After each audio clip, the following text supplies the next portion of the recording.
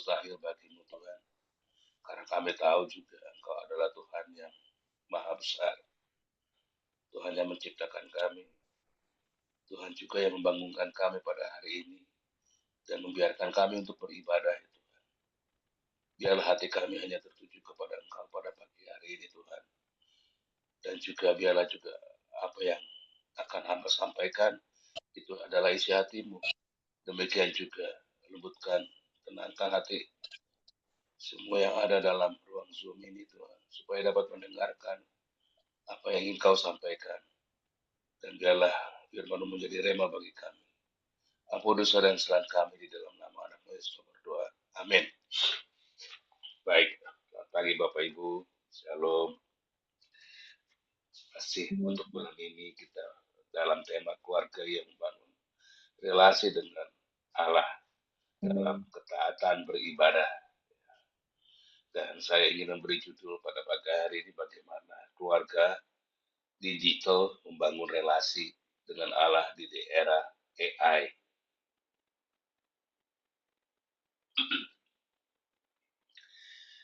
Baik.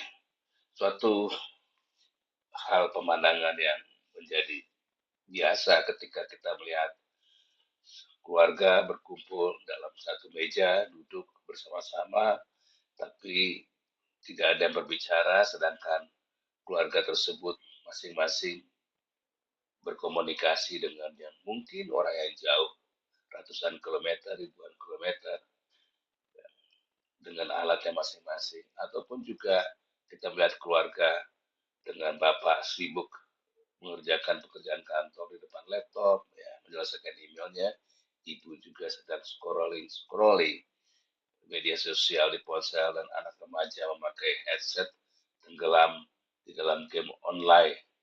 Itulah aktivitas yang baru karena teknologi merubah kebiasaan-kebiasaan yang lama. Jadi fenomena ini adalah fenomena di mana teknologi telah mengubah cara kita berinteraksi sehari-hari. Kalau kita melihat terlebih generasi alfa, generasi Z, ya, yakni anak-anak dan juga remaja tumbuh sebagai digital native, ya, artinya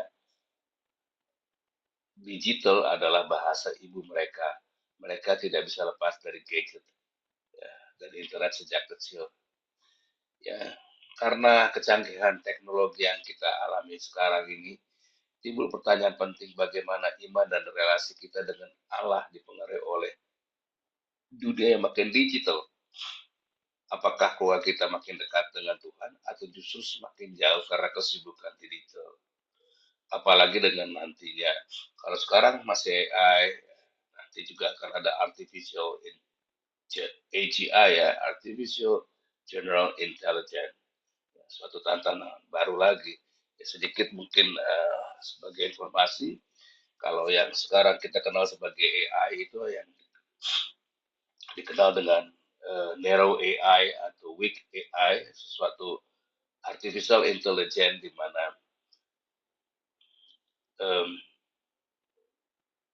intelijen tersebut harus diprogram terhadap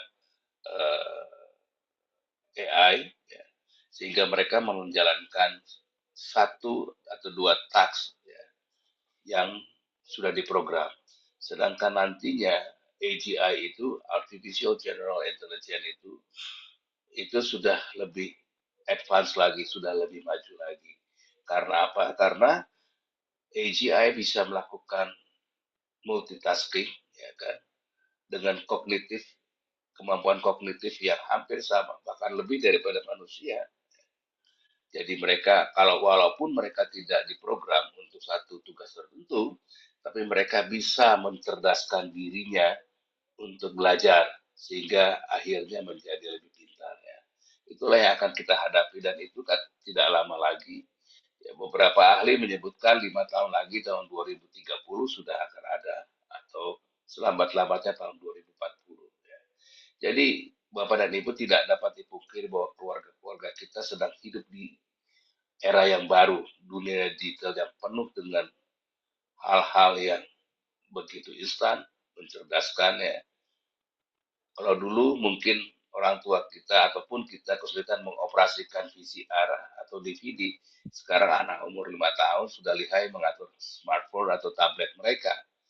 Generasi Z ya, yang lahir tahun 90 ya, hingga 2010 dan Alpha, anak-anak yang lahir sesudah tahun tersebut tumbuh dengan bahasa ibu digital atau digital native. Dan menurut riset mereka menggunakan gawai mereka atau gadget mereka itu lebih dari 6 jam sehari. Di Indonesia, menurut Kominfo, justru Gen, Gen Z dan Gen Y itu salah satu generasi yang paling tinggi penggunaan gadgetnya di dalam kehidupan mereka. Artinya, sepertiga dari waktu yang mereka dalam keadaan bangun itu dihabiskan di depan layar. Bukan cuma itu, generasi itu mengecek notifikasi berkali-kali. Di luar negeri ada data mengejutkan, rata-rata orang, kebanyakan anak muda, membuka ponsel mereka, mencek notifikasi itu 205 kali dalam satu hari. Dan di Amerika, menurut survei, mereka memeriksa ponsel 10 menit pertama setelah bangun tidur.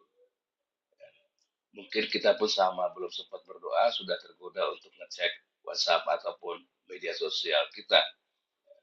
Interaksi dalam keluarga berubah, makan malam, keluarga itu menjadi sunyi, yang terdengar hanya klik-klik dari suara gawai.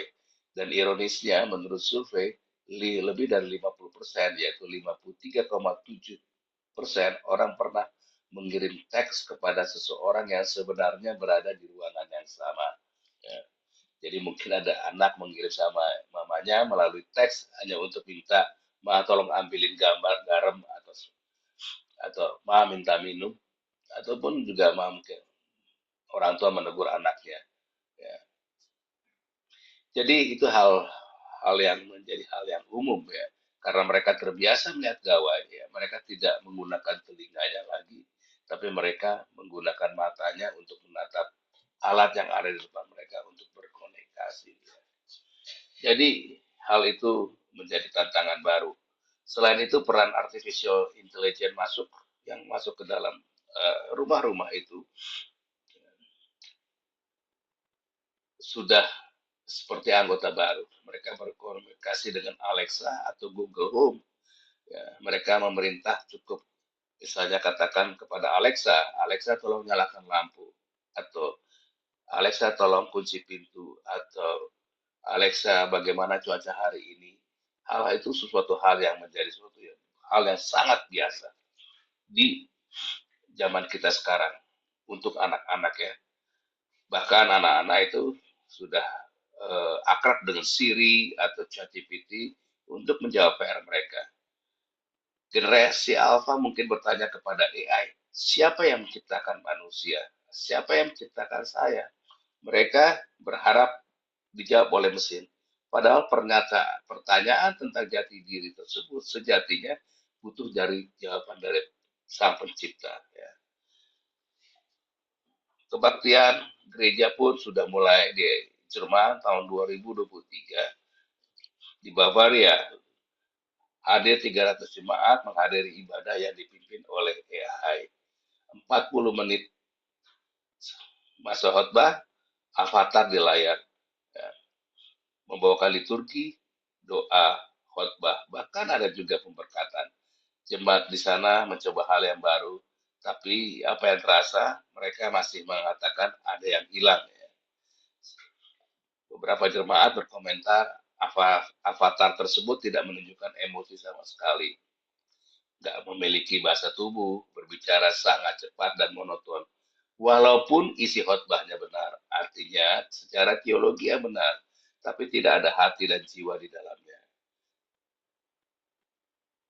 Sebaliknya untuk anak-anak muda berkata, bagi kami yang muda mungkin tidak masalah. Kami sudah terbiasa dengan digital. Namun banyak juga akhirnya sadar ibadah tanpa sentuhan kemanusiaan terasa kosong. Seorang pendeta muda Jerman yang hadir mengatakan bahwa jika bahasa dan isi khotbah AI itu cukup baik, tetapi tidak ada emosi atau spiritualitas di dalamnya. Ini mengingatkan kita bahwa teknologi secanggih apapun tidak bisa menggantikan peran hati manusia yang menyala oleh Roh Kudus. Ya, Bapak dan Ibu, potret dunia keluarga AI ya sebuah praktis cepat instan namun rentan menggeser kehangatan relasi antar manusia, apalagi dengan Tuhan. Ya. Generasi muda kita jago multitasking ya, bisa melakukan beberapa dua atau tiga pekerjaan dalam waktu yang sama. Ada yang sedang mendengarkan pelajaran melalui Zoom sambil dia bermain game online-nya, dan tapi telinganya juga mendengarkan musik. Itu yang sering dan sudah mereka lakukan. Kita menikmati banyak kemudahan melalui teknologi. Ya.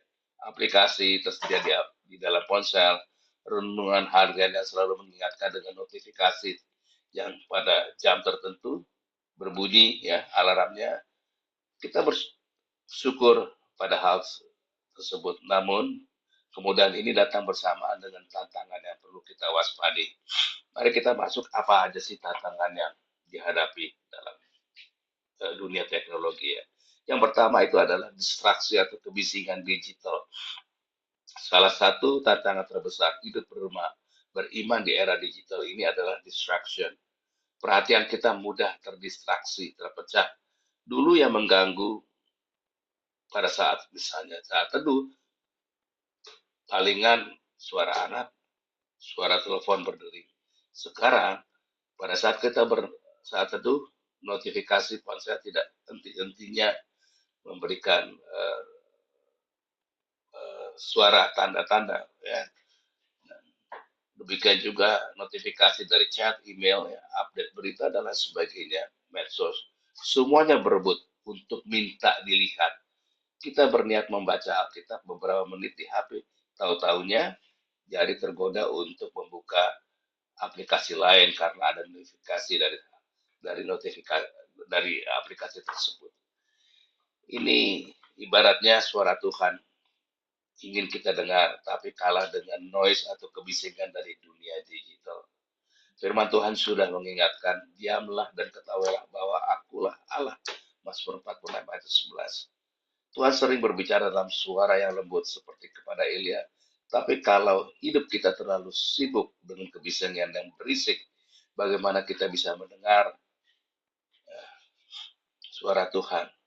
Pepatah rohani yang modern, jika iblis tidak bisa membuatmu berbuat jahat, dia akan membuatmu sibuk. Manusia sekarang sibuk dengan alat gadget di depannya. Ya. Walaupun itu belum tentu produktif, artinya berbuah. Kesibukan digital, entah itu scrolling, entah itu bermain, ya main game, membuat kita lupa waktu sunyi dengan Tuhan. Kita sulit berdoa 5-10 menit, tapi bisa berjam-jam menyaksikan drama Korea misalnya untuk ibu-ibu, ya. Bahkan bapak-bapak juga sekarang sudah mulai ya, atau bermain game atau bersekolah di medsos. Rasul Paulus menasihati jemaat di Efesus, pergunakan waktu yang ada karena hari-hari ini adalah saat. Efesus 5 ayat 16. Artinya waktu itu berharga, jangan terbuang sia-sia. Di zaman ini yang jahat bukan hanya kejahatan moral, tapi godaan digital yang mencuri waktu untuk Tuhan. Tantangannya bagi kita adalah mengendalikan teknologi, bukan sebaliknya. Kita dikendalikan oleh teknologi. Yang kedua adalah hubungan keluarga yang teralihkan. Teknologi mendekatkan yang jauh, tapi bisa juga menjauhkan yang dekat. Betapa banyak orang tua yang sekarang tinggal serumah, tapi jarang berbicara dari hati ke hati. Masing-masing sibuk dengan gawai mereka. Quality time keluarga tersaingi oleh asiknya dunia maya. Akibatnya, kesempatan menanamkan nilai-nilai iman di dalam keluarga itu mulai berkurang. Padahal Alkitab menekankan peran keluarga dalam pewarisan iman. Iman yang tulus ikhlas yang pertama-tama hidup di dalam nenekmu Louis dan ibumu Yunike. Ini bagaimana gambaran pewarisan iman mulai dari generasi pertama, generasi kedua, dan hingga kalau misalnya melalui ayat tadi kita melihat Timotius menjadi hamba Tuhan yang hebat karena dari kecil ada bimbingan iman dari keluarga. Perlu kita ketahui, iman dalam keluarga begitu pentingnya. Ada saatnya nanti bukan hanya institusi di luar gereja, bahkan gereja pun akan mengalami aturan pemerintah yang harus dijalankan, ya, sehingga nilai-nilai kekristenan itu sudah berubah. Di Amerika sendiri gereja diharuskan untuk menerima perkawinan LGBT misalnya, ya. Dan itu tidak boleh ditolak. Dan akhirnya tinggal keluargalah yang menjadi pertahanan terakhir dari iman Kristen. Jadi begitu pentingnya iman dalam keluarga yang harus diwarisi untuk anak-anak, terutama untuk Gen Z dan Gen Alpha sekarang. Ya. Sebaliknya di zaman hakim-hakim ada peringatan pahit. Setelah seluruh keluarga angkatan itu dikumpulkan kepada nenek moyangnya, bangkitlah sesudah itu mereka angkatan yang lain yang tidak mengenal Tuhan ataupun perbuatan yang dilakukannya bagi orang Israel. Hakim-hakim 2 ayat 10. Jangan sampai generasi anak cucu kita menjadi angkatan yang tidak mengenal Tuhan. Hanya karena kita gagal membimbing mereka di tengah kesibukan diri yang mereka hadapi. Gen Z ataupun Gen Alpha memang melek teknologi, tapi mereka tetap membutuhkan orang tua ataupun kakek nenek mereka yang melek rohani dan hadir mendampingi. Ya. Yang ketiga adalah informasi tanpa saringan, ya. Sehingga iman tergantung kepada daring, ya, online. Di internet semuanya tersedia informasi. Anak muda kita kalau bingung soal hidup, cepat bertanya pada Google ataupun forum daring, ya, komunitas mereka. Bahkan ada yang bertanya pada teologi, ya, pada ChatGPT atau video random di YouTube. Kita bersyukur akses pengetahuan mudah, namun tidak semua informasi benar atau membangun iman.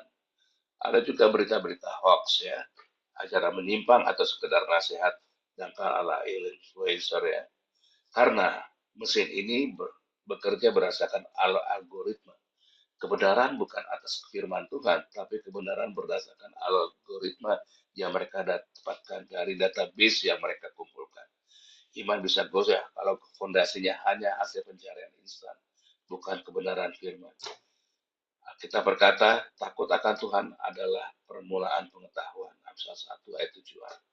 Pengetahuan yang melimpah di era digital justru bisa menyesatkan jika tidak disertai oleh hikmat, ya.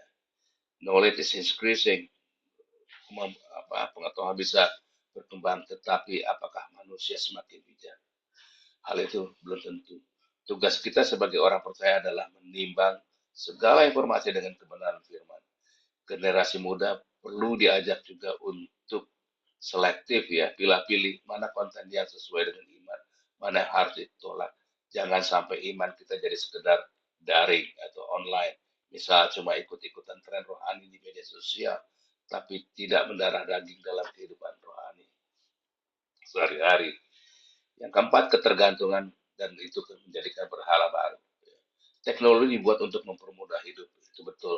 Namun hal yang baik bisa berubah menjadi berhala ketika mengambil tempat utama di hati kita. Yesus berkata, di mana hartamu berada, di situ hatimu berada. Dan coba kita renungkan di era digital ini apa? Apakah harta kita yang kita anggap harta itu firman Tuhan, uang, emas, atau data koneksi internet? Kita begitu kehilangan waktu handphone kita ketinggalan. Kita begitu gelisah ketika data di dalam handphone kita itu habis, ya. Ini disebut monofobia, nomofobia maksudnya, nomofobia, no mobile phone phobia.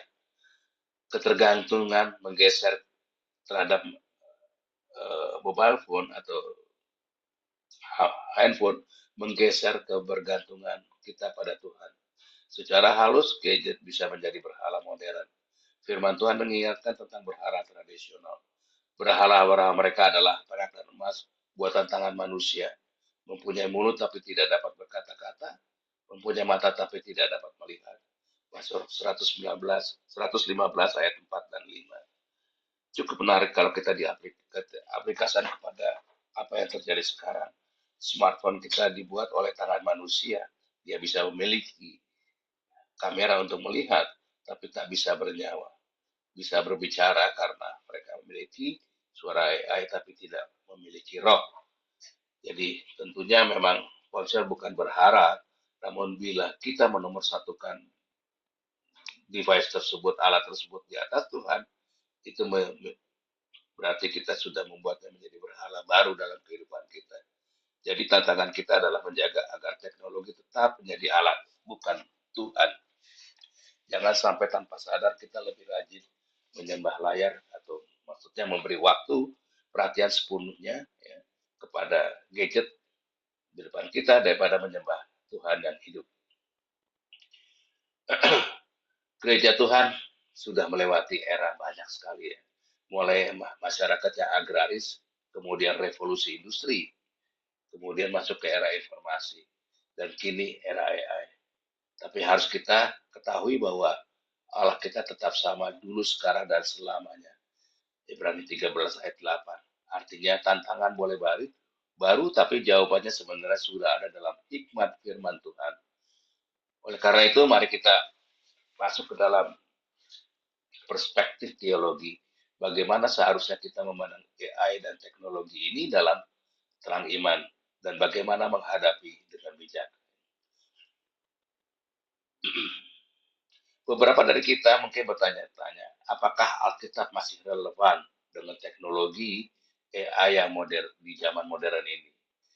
Tentunya Alkitab tidak menyebut smartphone atau internet secara harfiah, namun firman Tuhan memberikan prinsip-prinsip kekal yang menolong kita menilai segala sesuatu, termasuk juga kemajuan teknologi dengan bijaksana. Mari kita lihat apa aja. Yang pertama adalah Allah berdaulat atas ilmu dan teknologi. Kita harus percaya bahwa Allah tetap berdaulat.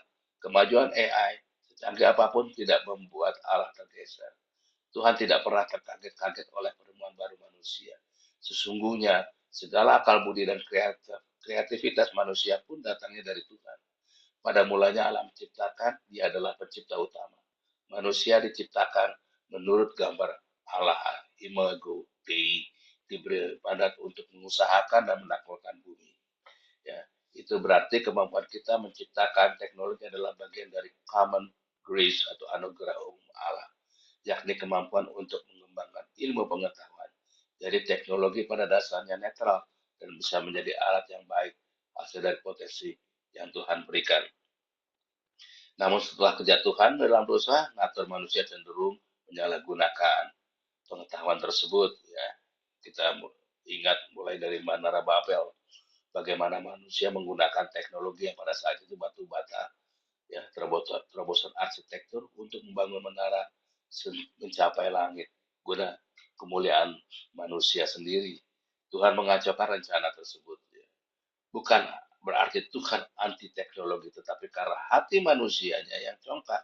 Prinsipnya, bila ilmu dan teknologi dipakai untuk kemuliaan diri atau pemberontakan melawan Tuhan, itu akan berujung sia-sia. Tapi jika dipakai untuk kemuliaan Tuhan dan kesejahteraan sesama, maka itu sejalan dengan tujuannya. Jadi di era AI ini tak perlu anti teknologi, sebaliknya kita bersyukur inovasi yang ada. Ya, karena AI juga berguna misalnya pada saat ini bisa mendiagnosa penyakit lebih cepat, ya, bisa mempermudah pekerjaan rutin. Ya. Nah, bahkan beberapa eh, penginjil-penginjil di pedalaman dengan bahasa lokal, mereka bisa menerjemahkan dalam tanda kutip Alkitab ke dalam bahasa lokal tersebut dengan lebih mudah. Ya. Yang perlu kita ketahui adalah karena yang dianggap bodoh dari Allah lebih besar hikmatnya daripada manusia. Komputer bisa mengalahkan manusia dalam catur. AI bisa menulis karangan dengan baik. Tapi hikmat Allah melampaui semua algoritma yang ada. Tidak ada AI yang dapat menandingi omniscient, kemahatauan Tuhan. Ini membawa kita ke poin berikutnya, makhluk ciptaan versus pencitraan atau yang saya katakan imago Dei versus imago Masira. Istilah AI kadang membuat orang takut. Apakah AI nanti akan mempunyai kesadaran sendiri melampaui manusia? Apakah robot juga mengambil alih dunia seperti di film-film? Sebagai orang percaya kita tahu bahwa hanya manusia yang dikatakan citra Allah, imago Dei. Kita memiliki roh, akal budi, dan moral yang diberikan Allah. Sementara AI adalah ciptaan manusia. Semoga imago Masina, gambar mesin secanggih apapun ini hanya meniru kecerdasan berdasarkan data yang dimasukkan. Ya. Akan tetapi, memang ada kekhawatiran setelah manusia era AI selesai dan masuk ke era AGI. Ya. Imago Dei artinya gambar citra kita sebagai ciptaan Tuhan itu bisa saja menjadi bias. Beberapa diskusi mengatakan akan sangat sulit bagi generasi alfa untuk melihat keunikan manusia sebagai ciptaan Allah dengan keunikan robot yang mereka akan temui nanti. Bayangkan 5-10 tahun anak-anak itu tidak lagi bertemu dengan guru-guru manusia, tapi guru-guru yang dibuat oleh robot. Karena apa? Karena AGI itu bisa dapat memberikan justru lebih cepat mereka di dalam kecepatan berpikir. Seolah-olah dalam tanda mereka lebih pintar daripada manusia itu sendiri. Artinya ciptaan manusia lebih pintar daripada ciptaan Tuhan. Inilah yang harus kita ajarkan mulai sekarang. Bagaimana kita melihat citra kita sebagai manusia, sebagai ciptaan Allah. Dan citra robot yang dibuat oleh manusia itu sangat berbeda. Iman dan spiritualitas itu bersifat relasional dan personal. Tidak bisa digantikan oleh formula algoritma. Roh Kudus bekerja di hati manusia, bukan di chip silikon. Jadi secara teologis kita yakini manusia tetap membawa gambar Allah yang punya kapasitas relasi dengan Tuhan. Sementara mesin tiga. Yang ketiga adalah memanfaatkan teknologi untuk kerajaan Allah. Sejarah gereja menunjukkan setiap kali ada teknologi baru, umat Tuhan bisa memanfaatkannya bagi Injil. Ya. Dahulu mesin cetak yang ditemukan Gutenberg dipakai untuk mencetak Alkitab, sehingga firman Tuhan tersebar luas. Radio, TV, internet semua digunakan bisa digunakan untuk pekabaran Injil. Seperti apa yang kita nikmati sekarang. Teknologi bisa mempersatukan kita bersamaan menikmati di tempat yang berbeda. Ya. John Stott, seorang developer, pernah menulis bahwa gereja harus berani menjadi counter culture, melawan arus budaya di tengah dunia modern. Yang berkata gereja dengan ketaatan pada Kristus harus menjadi alternatif yang nyata terhadap teknologi modern yang penuh perbudakan, materialisme, dan keserakahan. Gereja yang berbeda-beda yang hidup dengan sukacita, kasih, dan kuasa roh akan menarik dunia kepada Tuhan. Apa yang hidup dengan sukacita, kasih, dengan roh, apa maksudnya? Artinya kita harus membuang teknologi, tidak harus membuang teknologi, tapi harus hidup berbeda dari dunia yang menyalahgunakannya. Misalnya dunia mungkin pakai teknologi untuk hal-hal yang tidak kudus, kita justru berteknologi untuk menyebarkan kasih Tuhan. N.T. Wright juga memberi contoh yang menarik. Tiap generasi boleh mencipta lagu-lagu pujian baru, tapi jangan pernah mengabaikan buku nyanyian asli gereja, yaitu kitab Mazmur. Hal ini mengingatkan bahwa meskipun zaman berubah dan kreativitas bertumbuh, kita tidak boleh meninggalkan dasar tradisi rohani yang benar. Ya. Maksudnya kalau kita aplikasikan pada zaman sekarang, silakan pakai aplikasi Alkitab yang terbaru, renungan digital, lagu rohani di YouTube. Tapi jangan lupakan disiplin rohani klasik. Membaca kitab suci itu sendiri. Berdoa pribadi, menyajikan pujian dari hati. Teknologi boleh baru, Tuhan kita tetap sama. Dulu, sekarang, dan selamanya. Dan caranya menjumpai hati kita pun sering melalui cara yang lama. Saat kita berdiam diri, merenungkan firman Tuhan, bersekutu dengan saudara-saudara seiman secara nyata. Ya. Yang keempat adalah tetap waspada terhadap etika dan dosa.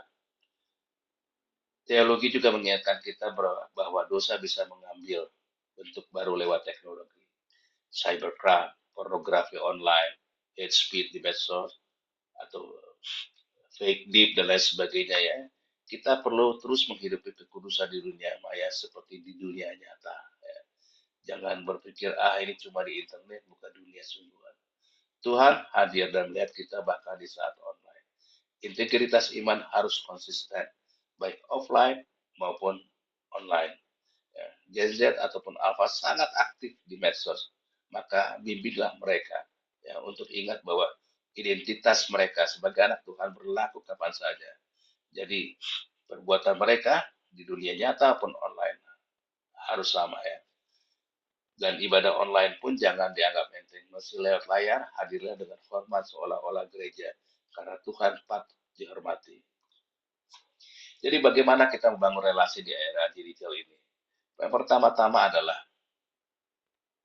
tetap kita harus memprioritaskan waktu hening bersama Tuhan setiap hari. Di tengah jadwal dan notifikasi yang padat, kita perlu sengaja menyediakan zona bebas gadget untuk Tuhan. Pagi hari, siang hari, atur waktunya, tapi harus ada waktu hening bersama Tuhan, waktu saat itu bertahap sama Tuhan. Sebelum semua ribut, ya kita juga harus sudah berdoa. Tuhan Yesus sendiri memberikan teladan, ya kerap pergi ke tempat suci untuk berdoa dan sebelum fajar.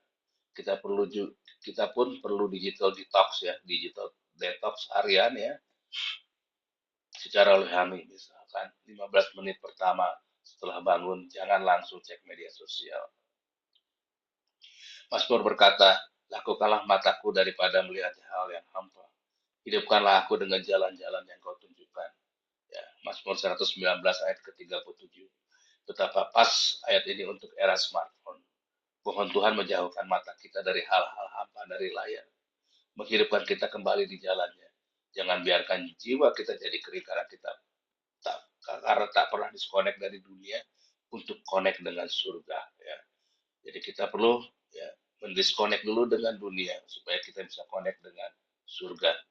Kita mungkin perlu disiplin untuk hal tersebut. Ya. Jadi jangan kita membawa ponsel ke ruang doa.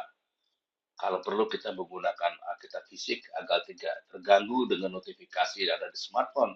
Waktu kita membaca Alkitab, tiba-tiba notifikasi muncul. Atau silent, itu seluruh notifikasi pada saat kita menggunakan Alkitab dari smartphone. Ya. Gunakan teknologi untuk hal yang positif pendukung iman. Teknologi itu seperti kita ketahui seperti pisau bermata dua ya. Bagaimana memakai menggunakannya. Jadi marilah kita menggunakan teknologi dengan baik, dengan bijak. Install aplikasi yang membantu pertumbuhan rohani. Ya, misal Bible app dengan rencana baca harian, podcast khotbah dan lain sebagainya. Hapus yang tidak perlu. Hapus yang membuat aplikasi-aplikasi membuat kita terjebak di dalamnya ya. Kita begitu kecanduan terhadap aplikasi tersebut. Jadi kita perlu hapus. Terutama kita memperingatkan Gen Alpha agar pandai berkreasi juga, dorong mereka membuat konten yang positif. Mungkin video kesaksian di TikTok, desain ayat Alkitab di Instagram dan lain sebagainya. Dan kata lain, lakukanlah itu untuk mendukung pertumbuhan iman kita. Saring konten yang dikonsumsi, Filipi 4 ayat 8 mengingatkan, semua yang benar, mulia, adil, suci, manis, sedap, didengar, pikirkanlah semuanya itu. Jadi sebelum klik atau share sesuatu, pikirkan, ya, apakah ini menyenangkan hati Tuhan? Apakah ini membangun iman kita? Pikirkanlah semuanya itu. Tetap batasan digital dalam keluarga. Hal ini penting agar teknologi tidak mengambil alih kehidupan keluarga. Sepakati bersama aturan yang sehat misalnya tidak ada gadget saat jam makan ya, keluarga supaya bisa ngobrol. Jadi tidak ada handphone di atas meja, matikan atau taruh di tempat yang lain. Tentukan jam malam digital misalnya pukul 21 ke atas, semua ponsel dimatikan. Beberapa keluarga Kristen menerapkan namanya sabat digital. Satu hari atau beberapa jam dalam seminggu bebas layar, diisi kegiatan bersama atau rekreasi outdoor ya, alam ya. Awalnya mungkin sulit, anak-anak bisa protes dengan hal tersebut ya, karena bosan, karena mereka juga tergantung dengan gadget mereka. Tapi banyak kesaksian keluarga justru mereka merasa hubungan makin erat setelah membatasi screen time, waktu menghadap layar mereka. Penelitian pun menunjukkan mengurangi waktu layar dapat mempererat ikatan keluarga dan meningkatkan kualitas tidur serta konsentrasi. Dengan batasan ini kita bukan anti teknologi sebetulnya, melainkan menempatkan di prioritas yang benar. Ajarkan juga anak-anak tentang self control. Ini adalah menjadi buah roh ya, seperti yang kita bisa baca di Galatia 5 ayat 23 di dalam penggunaan gadget. Dampingi ya Pak, dampingi juga atau didik generasi muda di dalam iman. Orang tua dan para pembimbing rohani jangan menyerahkan pendidikan iman anak-anak hanya pada sekolah minggu. Dan yang lebih parah lagi ya, mereka membiarkan mereka untuk mencarinya di Google. Ya. Amsal 22 ayat 6, didiklah orang muda menurut jalan yang patut baginya. Di era digital, didikan itu mencakup mengajarkan mereka bagaimana memandang teknologi dengan kacamata Kristus. Luangkan waktu bicara dengan anak remaja tentang apa yang mereka tonton. Ini yang menjadi pendidikan bagi mereka. Bimbing mereka mana yang bisa dilakukan, mana yang tidak bisa dilakukan. Diskusikan ketika ada namanya cyberbullying, peringatkan mereka bahwa mereka juga anak Tuhan yang harus bisa bersikap sama ketika mereka menghadap layar ataupun juga di dunia nyata seperti yang saya katakan tadi. Jadilah teman dialog bagi generasi muda tentang isu-isu modern. Dan yang paling penting adalah di dalam untuk Gen Z, begitu banyaknya informasi yang mereka terima, sehingga mereka melihat satu contoh-contoh di dalam internet, mana yang baik, mana yang buruk. Ya. Sehingga yang menjadi concern mereka adalah keteladanan. Jadi keteladanan bagi Gen Z dan Gen Alpha untuk masa era digital ini sangat penting. Mereka akan melihat uh, apakah gereja juga ada Tuhan di dalamnya. Ya. Kalau dulu kita mencari Tuhan di dalam gereja, justru sekarang Gen Z dan Gen Alpha mempertanyakan apakah masih ada Tuhan di dalam gereja. Mereka mencari keteladanan di dalam gereja. Mereka tidak anti iman, ya, tetapi mereka mencari Tuhan di dalam gereja dalam keteladanan para pemimpin gereja, ya kan, hamba-hamba Tuhan, pelayan-pelayan gereja. Apa yang mereka katakan, itulah yang juga harus mereka lakukan. Seimbangkan dunia maya dengan dunia nyata. Di dalam membangun relasi dengan Allah, kita perlu komunikasi nyata. Selain konten rohani virtual, Ibrani 10 ayat 26 mengingatkan, janganlah kita menjauhkan diri dari pertemuan-pertemuan ibadah kita, seperti dibiasakan oleh beberapa orang. Walaupun sekarang banyak ibadah online yang sangat berguna ya, apalagi pada saat pandemi kemarin, berusaha tetap terhubung dengan gereja lokal dan persekutuan. Dorong Gen Z dan Gen Alpha mengikuti pemahaman Alkitab tatap muka. Ya, saya selalu menghimbau kepada anak-anak muda untuk selalu hadir. Saya mengatakan bahwa indera kita tuh bukan hanya mata dan telinga, tapi kita juga punya indera perasa, ya kan? Dan indera-indera yang lainnya. Kita memiliki 5 indera. Ketika hadir bersama-sama di dalam gereja, kita memiliki interaksi untuk juga membiasakan indera yang ada dalam diri kita itu berinteraksi. Ya, di dalam gereja kita akan bisa melihat bagaimana kita bisa berinteraksi, kemudian juga bagaimana kita menguji diri kita ketika seseorang membuat kita tidak sabar, kita harus belajar menjadi sabar. Apalagi yang menjengkelkan, kita harus tetap bisa menguasai diri. Ya. Dan yang keenam adalah doakan dan dedikasikan teknologi di rumah kepada Tuhan. Jangan lupa kuasa doa kita mendoakan setiap gadget internet di rumah agar dipakai Tuhan dan dijauhkan dari yang jahat. Saat pertama kali memberikan anak ponsel misalnya, doakan bersama, serahkan penggunaannya supaya itu untuk kemuliaan Tuhan. Sebagai penutup, saya ingin mengatakan iman yang berakar kuat di tengah arus digital akan membawa kita membangun relasi dengan Tuhan. Keluarga digital bukan berarti iman kita melemah, justru bisa menjadi kesempatan untuk menunjukkan bahwa ini relevan sepanjang masa. Jadi, C.S. Lewis pernah berkata sebuah kalimat bijak, bidiklah surga, maka engkau akan mendapatkan bumi sebagai tambahannya. Bidiklah bumi saja, maka engkau tidak akan mendapatkan keduanya. Maksudnya jika prioritas utama kita adalah perkara rohani, mencari Tuhan, membangun iman keluarga, maka perkara dunia sekalipun ya termasuk akan kita dapatkan, akan ditambahkan. Akan tetapi ketika kita membidik ke bumi, maka keduanya akan hilang. Oleh karena itu, carilah dulu kerajaan Allah dan kebenarannya, maka semua akan ditambahkan kepadamu. Amin. Mari kita bersatu dalam doa. Tuhan Yesus, terima kasih untuk kesempatan yang kami telah dapatkan. Biarlah apa yang kami dengar tadi Tuhan dapat memperingatkan kami untuk lebih berhati-hati dan lebih bijaksana dalam menggunakan seluruh peralatan teknologi yang kita sudah dapatkan pada saat sekarang ini Tuhan. Terima kasih kita sudah menikmatinya Tuhan. Tapi biarkanlah hikmat dalam diri kita untuk dapat menggunakannya secara baik Tuhan. Pimpin kami sebagai orang tua supaya dapat membimbing anak-anak kami terutama Gen Z dan Gen Alpha. Dan bimbinglah juga anak-anak Tuhan supaya mereka dapat menggunakan segala tidak terpengaruh dengan ajakan dunia ini supaya mereka tetap menjadi counterculture untuk dapat beribadah, membangun relasi terhadap Engkau. Biarlah generasi muda kita boleh menjadi generasi yang mengenal Tuhan secara pribadi meskipun mereka ahli dalam dunia digital. Pakai kami untuk menjadi saksimu baik di dunia nyata maupun di dunia maya sehingga namamu dipermuliakan. Di dalam nama Yesus kami berdoa. Amin.